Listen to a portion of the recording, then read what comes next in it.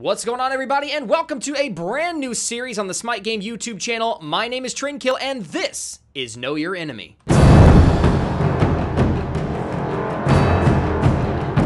Now, before we get into the video, I want to make a note that this intro is going to be a lot longer than they're going to be in future videos, but I wanted to make sure I clarified a few things. First things first, this is a beginner video, so if you're experienced, if you're level 30 and you got 1,000 games under your belt, this is not the video series for you. We're going to be focusing on players from like level 1 to 10 or 15, so if you're beyond that or you think you know enough about the game where a beginner guide may not help you, then go ahead and click out now. But if you still want to stick around and listen, then let's talk about the series. So a little backstory, I've introduced several of my personal friends to Smite, and every time I've tried to help them get into it, I've noticed they're lacking one basic piece of knowledge, and that is they have no clue what the other gods in the game do. They focused on one specific god because they found out, hey, I like this god, and they stuck to that god, so they don't learn anything else about any of the other gods. But what this does is, unfortunately, it puts them at a disadvantage because they don't know what the other gods are capable of. So they have no clue when to initiate a fight or when to run away. And this series is supposed to shed light on those gods so that you know what they're capable of without having to go through and play every god multiple times. Did Neith just use her backflip? She's probably vulnerable. Is Athena's taunt on cooldown? That means she's got no more crowd control. And we're gonna talk about several other things that may lead into you thinking outside of the box when it comes to fighting the enemy team. Now, another bonus to this video is that yes, I'm giving you information on how to play against a god, but that doesn't mean that you can't reverse that information and use it to your advantage. Maybe the enemy team hasn't watched this video, and in that case, you have the upper hand. Alright, so now you guys know a little bit about the series, you know what to expect from future episodes, but I want to make sure you know a few basic things first. Over here you're going to find a link to a playlist. It's going to show you a few beginner guides that I've created. Those are going to explain the very basic core mechanics of the game, and they're going to define some terms that I may use in these videos that you may not understand unless you watch these first. So either have a firm grasp of basic MOBA terminology, or go watch these beginner guides and get caught up. The second thing I want to make sure you're doing is that in addition to watching these videos, please go back and read the god's abilities as well. These videos are going to assume that you at least know the basic information about the god's kits. Cooldown times, damages, do the abilities fire in a straight line or are they ground targeted AoE abilities? In this series, we're going to talk about the advanced feature of the abilities and the importance of those features in relation to the god's kit. But I don't have time to talk about all of the basic information. These are supposed to be short videos. So finally, I say they're supposed to be short videos, and here we are with like a 3-minute intro, but we're ready to get into the video that you guys came here to watch. Are you ready to know your enemy? Today, we're gonna be talking about Neith, the Weaver of Fate. All right, so let's go ahead and dive right in. The first thing you're going to see in each of these videos is a quick visual representation of what each god is good at. So let's start at the top and we'll go around clockwise and kind of give a brief definition of each of these categories. Damage is obviously how much damage that god is capable of doing. Mobility is going to show you how easy it's going to be for that god to get into team fights or get out of them if they're in trouble, and also their ability to get around the map quickly. Utility is going to show you how many things that god can do in just 4 abilities. So if a god has several status effects they can apply on each of their abilities, they're going to have a high utility.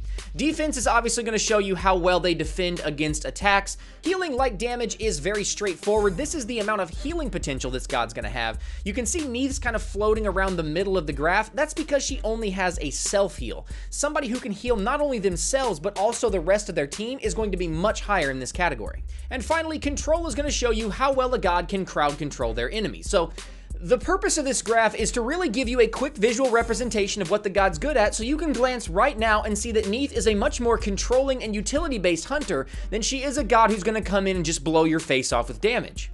Alright, so now that we know what Neith's good at, let's take a look at some of the more intricate details of her kit. And maybe not intricate details, but some of the things that you may not have understood or may have missed the first time you read her abilities descriptions.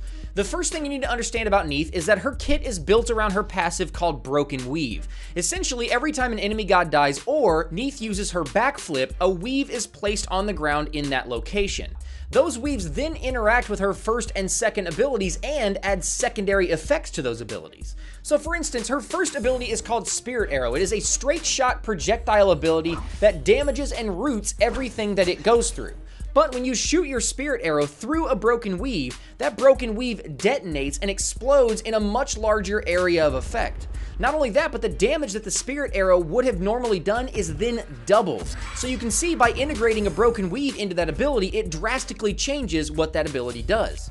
The other ability that interacts with Neith's weaves is her second ability called Unravel. This is an AoE ground-targeted ability that damages all enemies in the AoE and also heals Neith from up to 3 targets that were caught in the ability.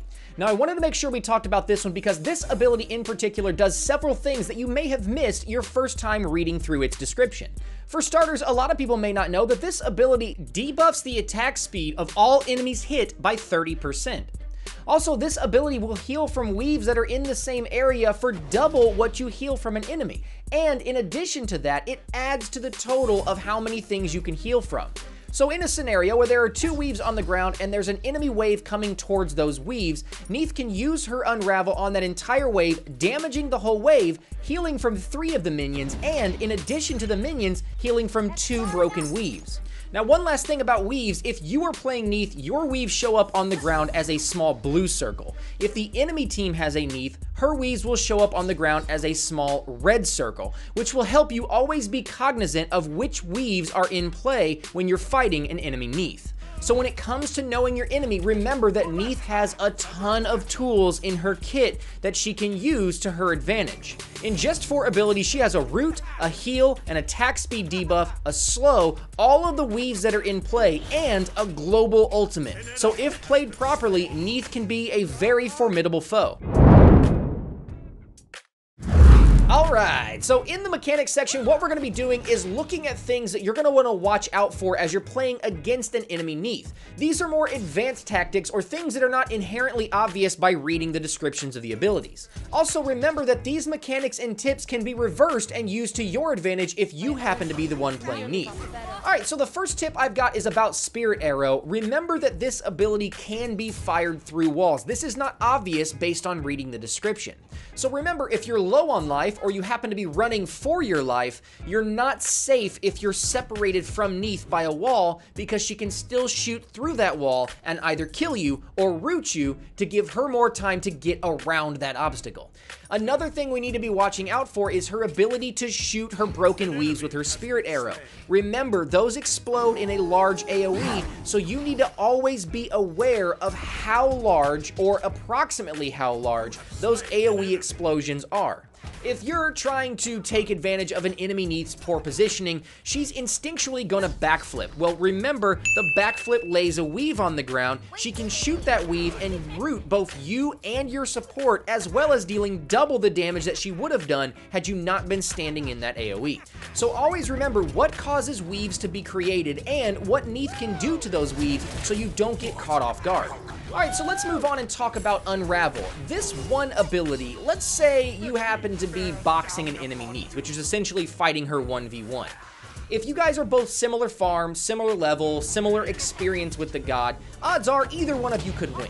However, if she uses her Unravel on you, that will debuff your attack speed, damage you, and heal her.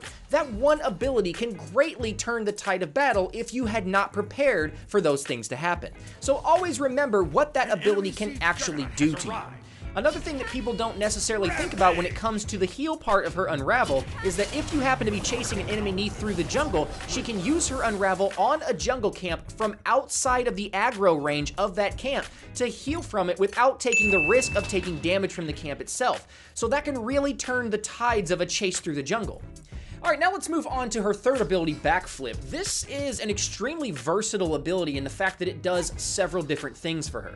Now, we've already discussed this, so I'm going to touch on it extremely briefly. Remember, when she backflips, she places a weave on the ground. That weave can then be used to extremely quickly clear a wave of minions, so she's got some pretty decent wave clear. Now, in addition to that, remember, it is still an AoE explosion that can damage and root you, so you've got to be very careful around Neith when she's clearing a wave. Another thing is that when she is in the air using her backflip, she is completely immune to damage, so it is a way to get her out of problematic situations. So don't be surprised if you throw everything that you've got at a Neith and she simply backflips out of it completely unscathed. The last few tips I have for you are about her ultimate called World Weaver. First off, a couple of things that are not mentioned in the description. One, Neith has to have mini-map vision of an enemy to be able to lock onto them. Now, this vision can be supplied by minions, or towers, or wards, or teammates, anything that will highlight Neith on the minimap. So if you're playing against a Neith and you happen to be low on life and you're anticipating her to shoot you from across the map with World Weaver, then make sure you get away from anything that could potentially highlight you on the map. Run away from towers and enemy minions and any place where you think they may have wards. Try not to stand by the enemy team. Another thing is that if you are targeted, you and everybody else in the game will be able to see that you're targeted and will be able to see from which direction the World Weaver is coming. Another thing that is not mentioned in the description is that just because Neith has locked onto you does not mean that you are guaranteed to be hit by that arrow. Your support can stand in between you and where the arrow is coming from and intercept the damage and the stun for you. The same goes for if you are playing a support. You want to be always aware that Neith has the ability to shoot your team and always be prepared to intercept that damage. The last thing that you want to worry about, and this is in the description but it's still worth mentioning, is that Neith does not have to charge her ultimate to the full charge to be able to get a stun on you. It will do reduced damage and a shorter stun time, but that short stun time may be just enough for Neith's team to catch up to you and finish you off. So if you are at low life or you are in a fight and you are on the minimap, you are in no way safe at any time if the enemy team has a Neith. So there you have it, guys. Hopefully I've not wasted too much of your time. You've learned a lot about Neith, and now you feel a little more comfortable fighting her on the battleground of the gods. So thanks for watching, guys. Again, my name is Trendkill, and I will see you next week on Know Your Enemy when we talk about Ymir, the father of the Frost Giants.